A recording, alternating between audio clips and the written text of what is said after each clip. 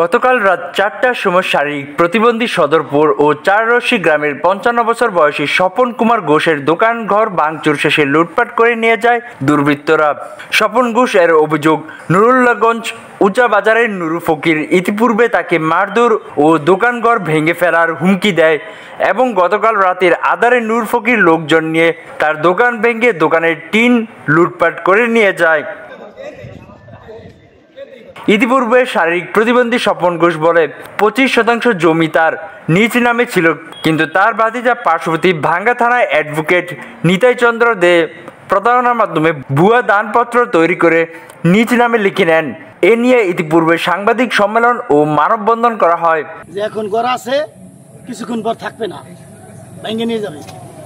তাই আমরা ছিলাম সেই সময়, যে সময় বলছে যে ঘর ভেঙে নিয়ে যাবো, রাত্রে আর কি ভেঙে নিয়ে গেছে। ফজরের আজান যখন হয় সেই সময় এখানে আমরা ঝাপ ঝাপ ঝাপ ঝাপ শব্দ, আমার বাসায় এই খালের পিছেই ঝাপ ঝাপ ঝাপ ঝাপ শব্দ।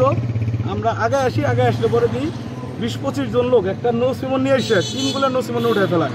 এমতো অবস্থায় নুরু ও এখানে ছিল, ও এবং ওর ছেলে গাড়ি ড্রাইভ করতেছে, নুরুর মধ্যে পিছে আর একজন লোক স্বপন কুমার ঘোষের প্রতিবেশী। আমি কালকে দেখছি এখানে স্বপন কুমার ঘোষ নিজে দাঁড়ায় থেকে দোকানের প্রতিষ্ঠান করছে, দোকান দিয়েছে এবং এর ভিতরে আইসা কে বা কাহারা আইসা টিন খুলছে, করছে, কিন্তু লোকজন ছিল এখানে বেশি, দুর্বৃত্ত যারা ছিল তারা। স্বপন ঘোষ এর বক্তব্য, নিতাই চন্দ্র এর কাছ থেকে নুরু ফকির জমি নিতে চায়, তাই নুরু ফকির আমার উপর বল প্রয়োগ করে। নুরু ফকির সদরপুর কলেজ রোডে বিসমিল্লা টাইলস অ্যান্ড স্যানিটারি দোকানের মালিক। স্বপন ঘোষ এখন জনগণ ও সরকারের কাছে সঠিক বিচার চায়।